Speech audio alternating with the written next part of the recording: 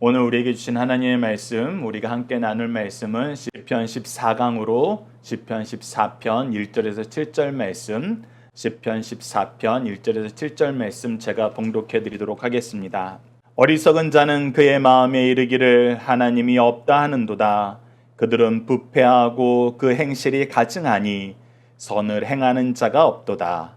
여호와께서 하늘에서 인생을 굽어 살피사 지각이 있어 하나님을 찾는 자가 있는가 보려 하신지 다 치우쳐 함께 더러운 자가 되고 선을 행하는 자가 없으니 하나도 없도다.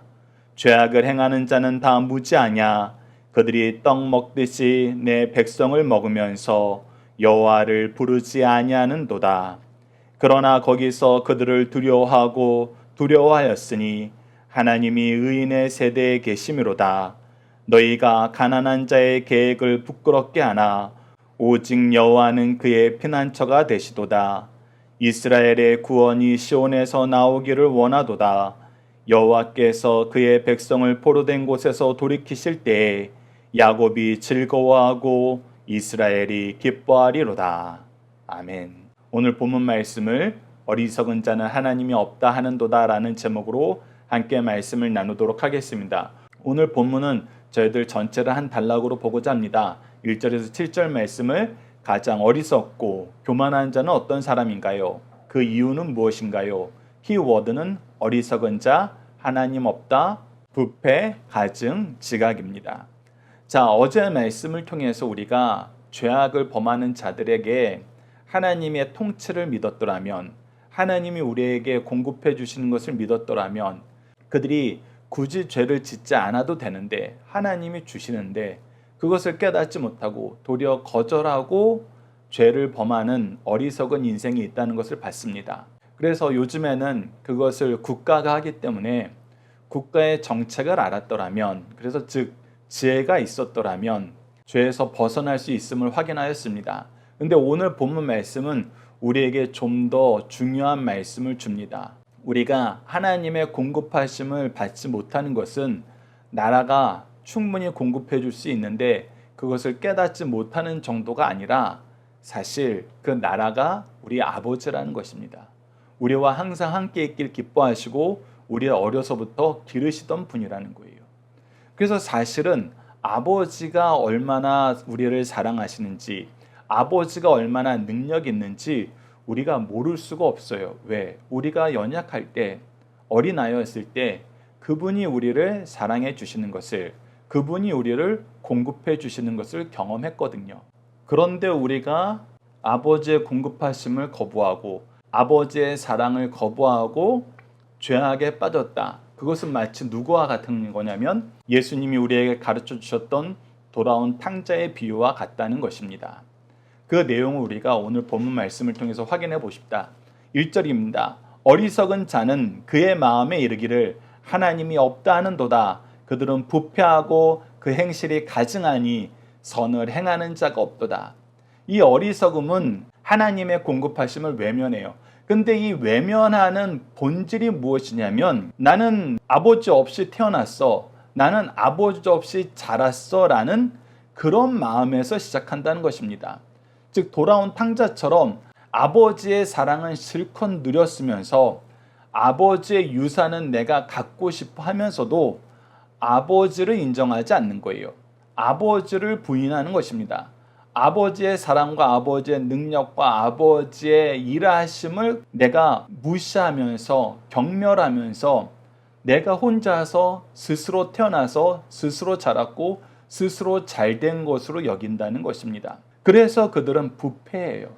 그 부패에서는 무엇이 뜻하냐면 하나님께서 주신 것으로 알고 하나님의 뜻대로 쓰지 않고 자기 소견에 좋은 대로 썼기 때문에 그들이 부패하는 것입니다. 죄악으로 달려가는 거예요. 그리고 가증한 거예요.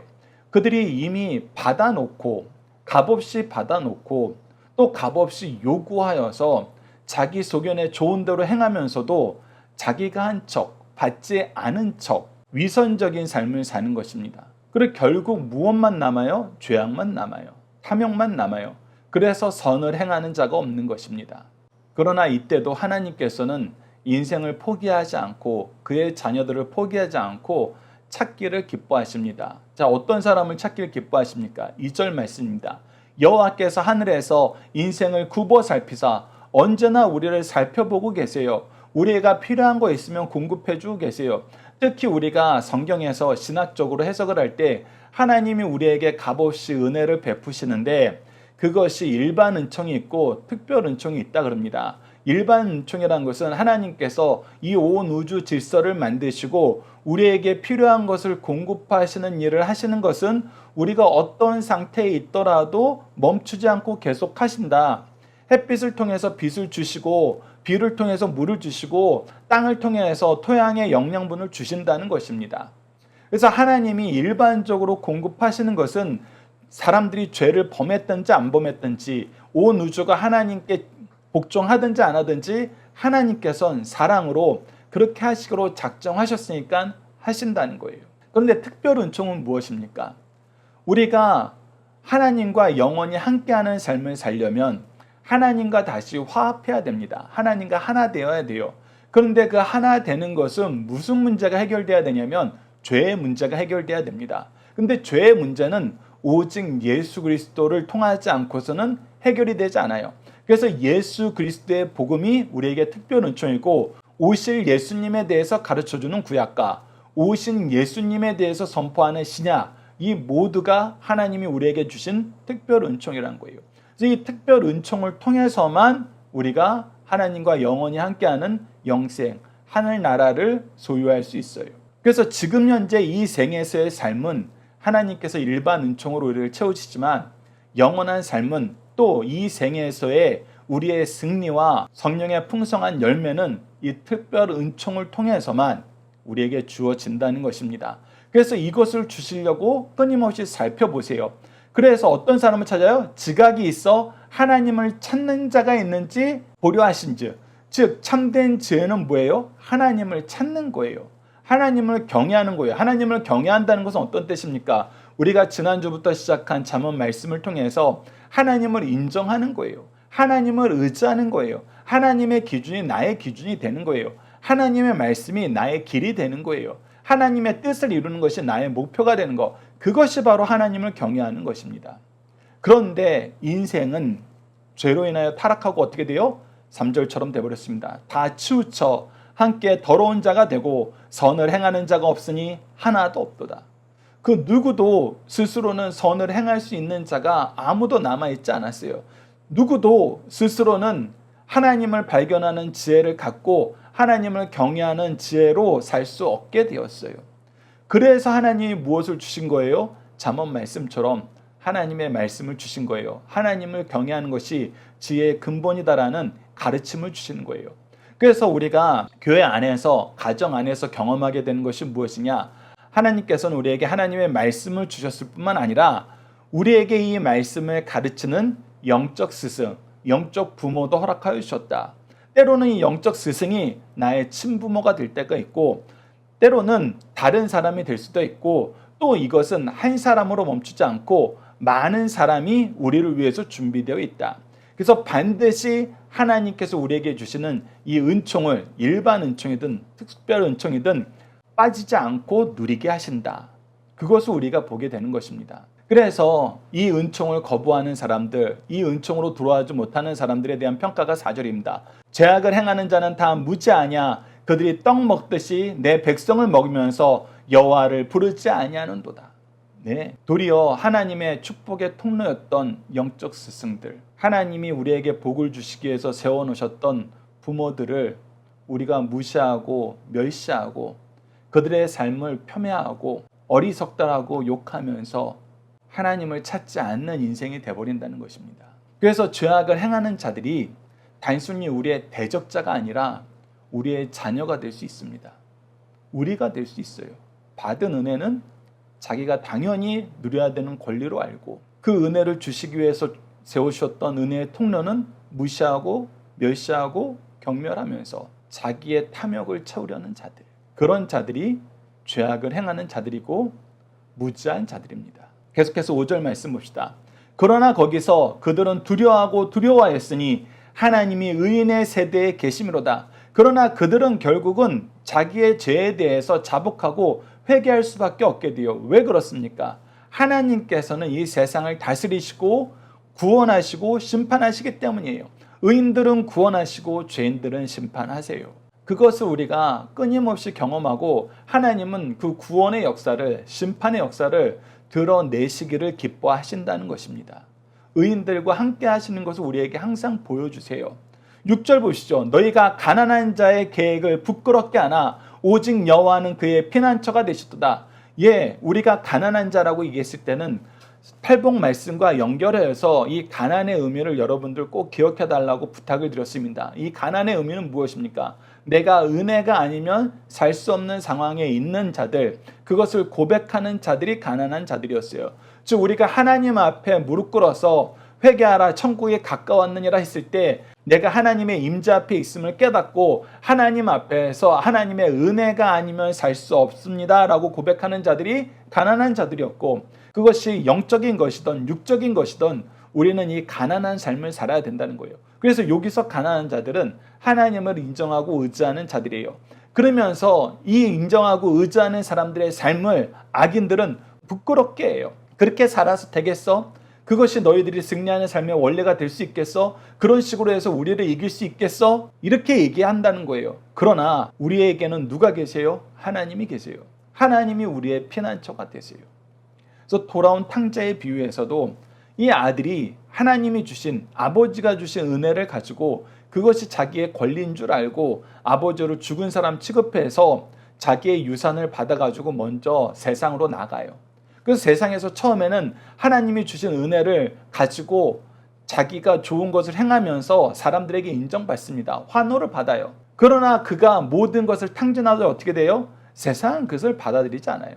세상은 그를 돌보지 않아요. 도리어 돼지보다 못한 취급을 합니다. 그럴 때 그가 누구를 찾아요? 아버지를 찾아요. 왜?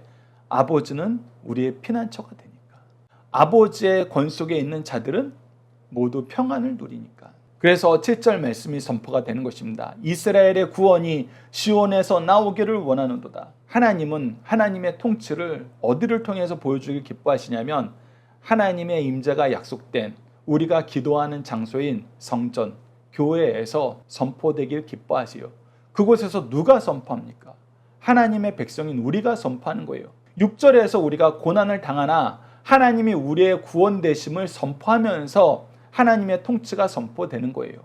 그러면서 하나님의 구원을 기뻐하는 자들을 향하여 우리가 은혜의 통로, 축복의 통로, 복음의 통로가 되는 것입니다. 그래서 하나님의 통치는 교회를 시작할 수밖에 없어요. 하나님이 정해주신 장소잖아요. 하나님이 우리를 위해서 준비해 주신, 세상을 위해서 준비해 주신 축복의 통로들, 영적 부모들이 바로 교회에서 우리와 만남을 갖잖아요. 계속해서 봅시다. 여호와께서 그의 백성을 포로된 곳에서 돌이키실 때 야곱이 즐거워하고 이스라엘이 기뻐하리로다. 그래서 우리가 죄악 세상에서 포로된 자 같은 삶을 살 때 하나님은 우리를 구원하세요. 그리고 그 구원을 우리는 기뻐하면서 선포하게 됩니다. 그것이 하나님을 믿는, 하나님을 아는, 하나님을 부모로 인정하는 지혜로운 자들, 성도들의 특권이에요. 삶의 내용인 것입니다. 이 내용을 우리가 함께 묵상할 말씀을 통해서 좀 더 보도록 하겠습니다. 로마서 1장 20절입니다.